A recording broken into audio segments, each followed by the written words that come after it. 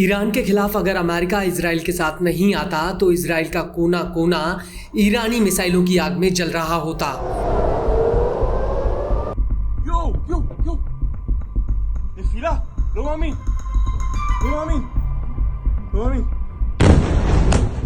और ये बात जग जाहिर है, मिडिल ईस्ट में इजराइल की असल ताकत अमेरिका और उसके हथियार हैं, जिनके दम पर वो पूरे मिडिल ईस्ट में अपनी चौधराहट दिखाता है। और ईरान पर हमले के वक्त भी ट्रंप ने इजराइल के लड़ाकू जेट्स के साथ अपने B-2 बॉम्बर्स को तेहरान के परमाणु ठिकानों पर हमला करने के लिए उतार दिया था। हालांकि इसके अलावा ईरान की मिसाइलों के प्रकोप से बचाने के लिए अमेरिका ने अपने कई ताकतवर हथियार इजराइल में तैनात कर दिए थे, जिन्होंने इजराइल को एक रक्षा कवच देने का काम किया था। और अब इन्हीं हथियारों को लेकर एक ऐसी खबर सामने आई है जिसने ये साबित कर दिया कि यूक्रेन की तरह इजराइल भी अमेरिका के हथियारों का एक कुआं साबित हुआ है, जिसकी प्यास बुझने का नाम नहीं ले रही है। उल्टा अब इसका खामियाजा अमेरिका को भुगतना पड़ रहा है।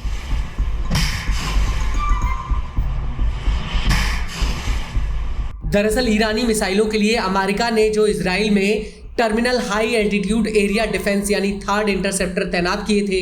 उनकी इंटरसेप्टर मिसाइलों का 1/4 हिस्सा खत्म हो चुका है। अमेरिका ने अपने कुल थर्ड मिसाइलों का 25% हिस्सा इजराइल में तैनात किया था। यानी कि अमेरिका ने अपने 7 थर्ड में से 2 थर्ड सिस्टम इजराइल में तैनात किए थे, जिन्होंने 100 से ज्यादा मिसाइलें और 150 के करीब इंटरसेप्टर मिसाइलें फायर की थी।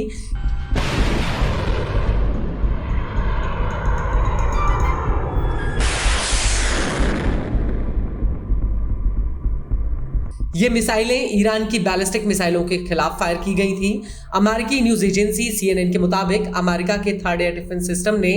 ईरान की लंबी दूरी वाली मिसाइलों को सफलतापूर्वक इंटरसेप्ट किया था, लेकिन ईरान से युद्ध के दौरान थर्ड की खपत उसकी इंटरसेप्टर मिसाइलों के प्रोडक्शन से आगे निकल गई, क्योंकि साल 2024 में अमेरिकी डिफेंस डिपार्टमेंट ने सिर्फ 11 नए थर्ड इंटरसेप्टर प्रोड्यूस किए थे और कमी के चलते अमेरिका इस वित्त वर्ष में 12 नए थर्ड एयर डिफेंस सिस्टम के प्रोडक्शन की योजना बना रहा है। CNN के मुताबिक अमेरिकी रक्षा मंत्रालय की साल 2026 में 37 नए थर्ड एयर डिफेंस सिस्टम बनाने की योजना है। CNN का कहना है कि मिडिल ईस्ट में America third air defence system पर जो खर्च कर रहा है वो चिंता का विषय है, क्योंकि यह एक ऐसी चीज नहीं है जिसे अमेरिका फिर से तैनात कर सके। इसको लेकर अमेरिका के एक वरिष्ठ रिटायर्ड अधिकारी ने CNN से कहा कि विभाग अब युद्ध के समय में महत्वपूर्ण गोला बारूद के स्टॉक का फिर से आकलन कर रहा है और इसके सालाना उत्पादन पर भी काम किया जा रहा है। CNN के मुताबिक अमेरिका ने डिफेंस इंडस्ट्रियल बेस के लिए साल 2026 के लिए $1.3 अरब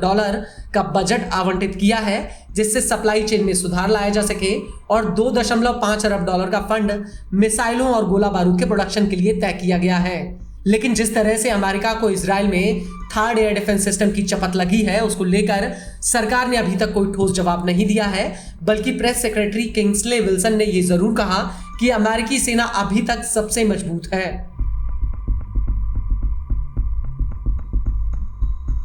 और अगर इजराइल में थर्ड को ऐसे ही लगातार झोंका जाता रहा तो अमेरिका के पास थर्ड एयर डिफेंस सिस्टम खत्म हो सकते हैं, क्योंकि इसे बनाने वाली कंपनी लॉकहीड मार्टिन मौजूदा समय में पूरी दुनिया में 9 सक्रिय बैटरीज को ऑपरेट कर रही है, जिसमें 7 पर सीधे अमेरिका का नियंत्रण है, जबकि 2 मिडिल ईस्ट में तैनात की गई हैं। थर्ड सिस्टम UAE को भी दिए गए हैं ताकि ईरान की मिसाइलों को गिराया जा सके, लेकिन ईरानी मिसाइलों की वजह से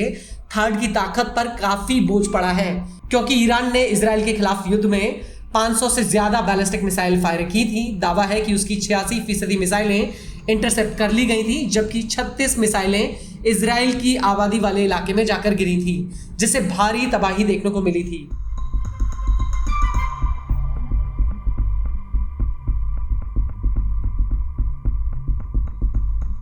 इसको लेकर Jewish institute for national security of America यानी जिंसा का कहना है कि इजराइल में जितनी भी मिसाइलें इंटरसेप्ट की गईं, उसकी आधी मिसाइलें अकेले थर्ड ने इंटरसेप्ट की थी। जिंसा के मुताबिक युद्ध के पहले हफ्ते में 8% ईरानी मिसाइलें एयर डिफेंस को भेजते हुए इजराइल में गिरी थी, जबकि अगले ही हफ्ते कुल 16% मिसाइलों ने इजराइल के एयर डिफेंस सिस्टम को भेज दिया था, और तीसरे हफ्ते में यह आंकड़ा 25% तक पहुंच गया था।